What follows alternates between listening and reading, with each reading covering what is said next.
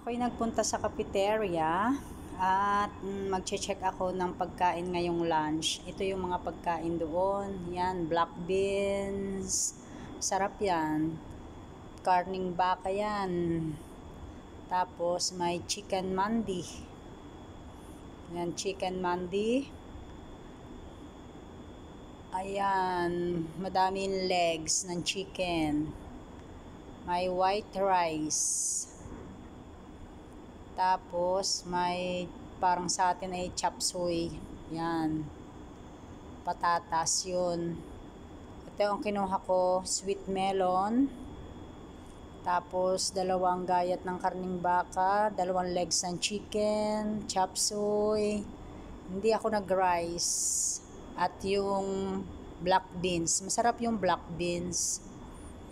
Yan. Yan yung pinili ko. Yan yung nakuha kong pagkain. So, tara, kain na tayo.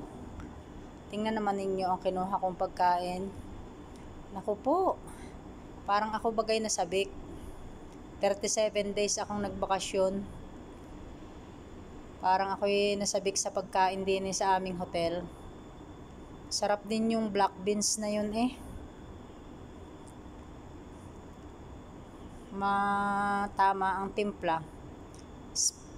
Ano yan? Spicy. Tamang-tama. Ang dami kong kinuha, ano? Grabe. Ang sarap pa naman nung broccoli.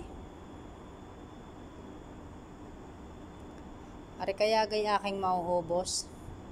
Kakainam din. Sabi nga ng mga matatanda ay doon sa amin sa Batangas parang hindi malulukso ng pusa at parang dala kung kumuha ng pagkain. Ay. Buti na lamang at wala pang masyadong gasinong staff na nakain. Oh. Masarap yung yung black beans na yan. Tamang-tama pa yung anghang niya. Talaga namang yun sinubo ko na yung 1 gayat ng karning baka. Pinag-iisipan ko habang ako'y nakain, ari kaya gaya aking may ibara. Mainam. Pero puro gulay naman yan. Ang pinakakanin ko diyan, kumuha ko ng 3 gayat na patatas.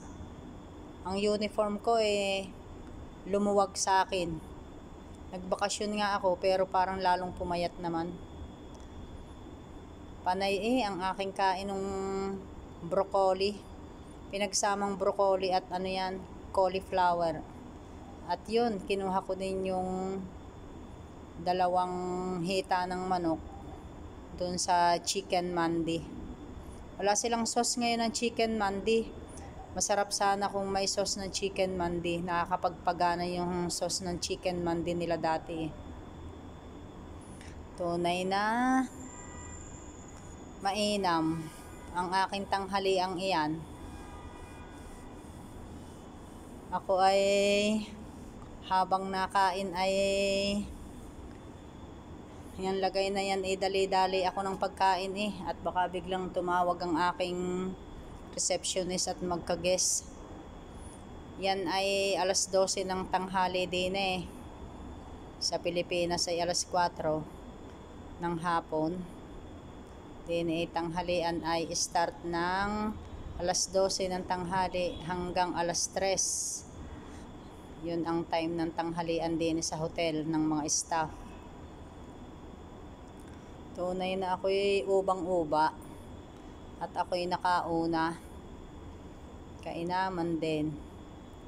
Pag ikaw ay matagal hindi nakakakain sa hotel parang ang sarap ng pagkain. Pero pag araw-araw na iyan ang pagkain mo, ikaw ay nananawa din.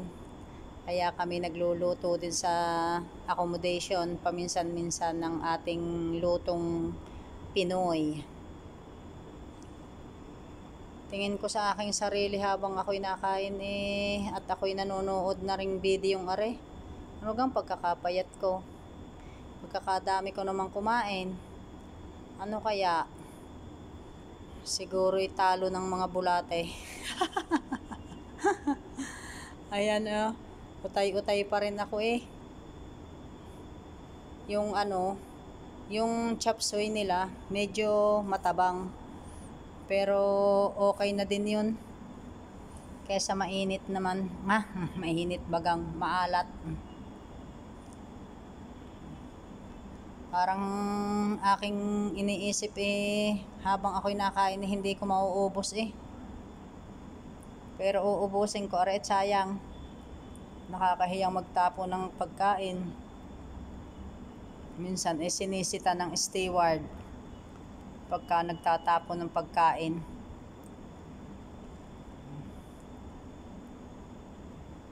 Kung wala yung ano, kung wala yung